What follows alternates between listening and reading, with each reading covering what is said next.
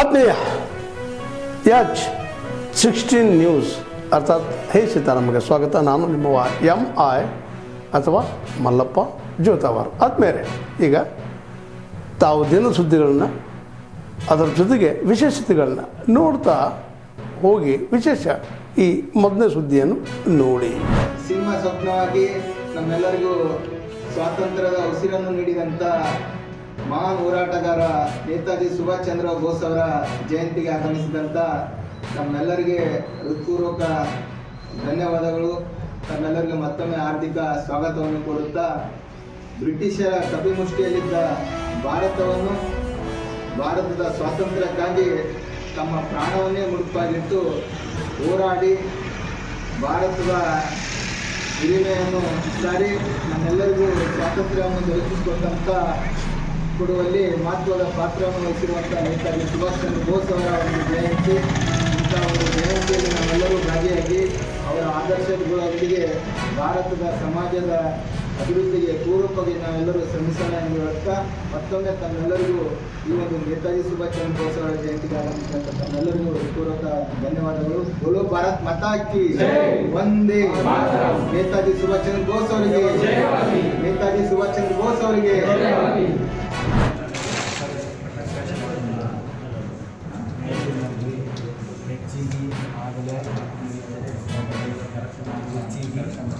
ಆಗಲೇ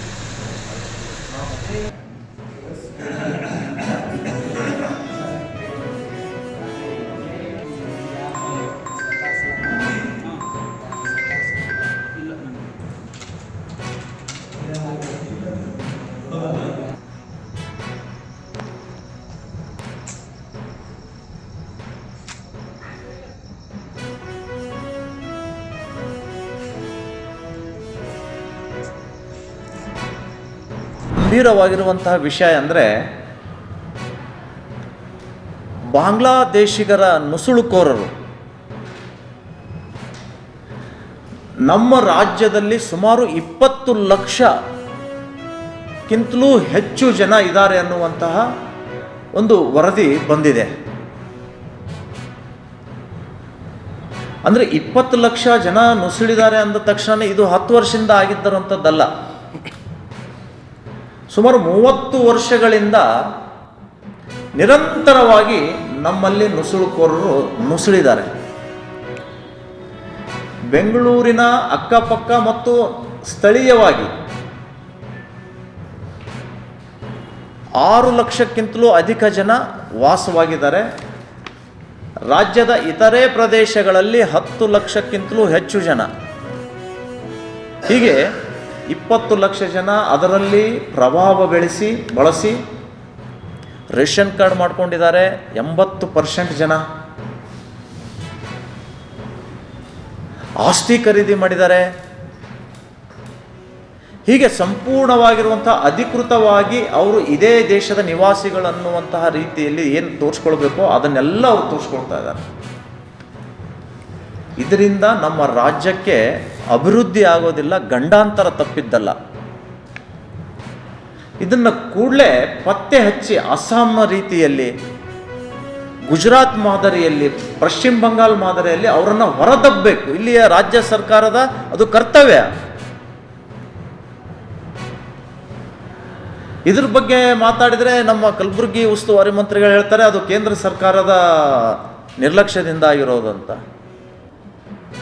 ಹೌದ್ರಿ, ಅವ್ರು ನಿರ್ಲಕ್ಷ್ಯ ವಹಿಸ್ತಾರಲ್ಲ. ನೀವು ಚಾಣಾಕ್ಷರಿದ್ದೀರಲ್ಲ, ನೀವು ಸದೃಢವಾಗಿರುವಂಥವ್ರು ಇದ್ದೀರಿ ಕರ್ನಾಟಕದಲ್ಲಿ. ನೀವ್ಯಾಕೆ ಇಲ್ಲಿ ಅವ್ರನ್ನ ಪಾಲನೆ ಪೋಷಣೆ ಮಾಡ್ತಾ ಇದ್ದೀರಿ? ವಿಷಸರ್ಪಗಳವು, ಅವುಗೆಲ್ಲ ನೀವು ಹಾಲು ಎರಿತಾ ಇದ್ದೀರಿ.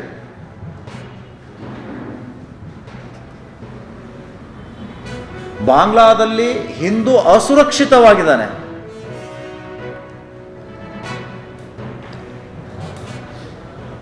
ವಾರದಲ್ಲಿ 2-3 ಕೊಲೆಗಳು, ಮಹಿಳೆಯನ್ನ ಬೆತ್ತಲೆ ಮಾಡಿ ಹಿಂಸೆ ಕೊಡ್ತಾ ಇದ್ದಾರೆ.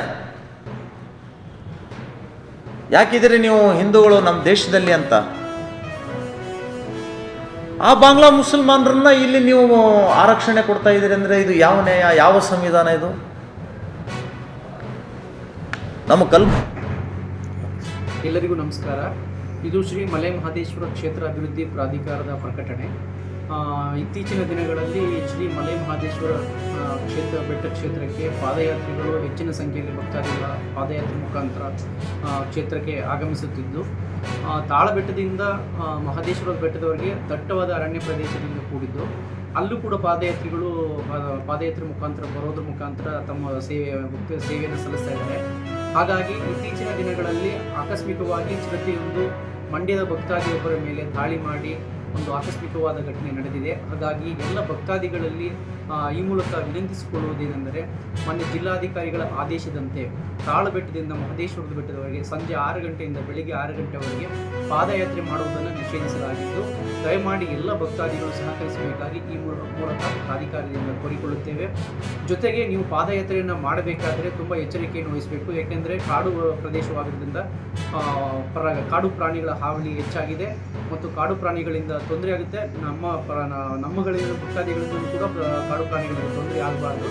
ಹಾಗಾಗಿ ಈ ಮುಖೇನ ಎಲ್ಲ ಭಕ್ತಾದಿಗಳಲ್ಲಿ ಕೇಳಿಕೊಳ್ಳುವುದೇನೆಂದರೆ, ಸಂಜೆ 6ರಿಂದ ಬೆಳಿಗ್ಗೆ 6ರವರೆಗೆ ಯಾವುದೇ ಭಕ್ತಾದಿಗಳು ಪಾದಯಾತ್ರೆ ಮಾಡಬಾರ್ದು ಅಂತ ಹೇಳಿ ಈ ಮುಖಾಂತರ ಕೇಳಿಕೊಳ್ತೇವೆ.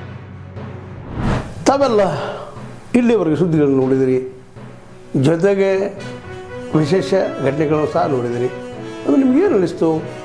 ನಿಮಗೆ ಲೈಕ್ ಮಾಡಿರಿ, ಶೇರ್ ಮಾಡಿರಿ, ಕಾಮೆಂಟ್ ಮಾಡಿರಿ, ಜೊತೆಗೆ ಸಬ್ಸ್ಕ್ರೈಬ್ ನಿಲ್ಲಿಸ್ಬೇಡ್ರಿ. H16 ನ್ಯೂಸ್ ಅರ್ಥಾತ್ ಸೀತಾರಾಮ ಸತ್ಯದ ಕೈಗನ್ನಡಿ ವಂದನೆಗಳು.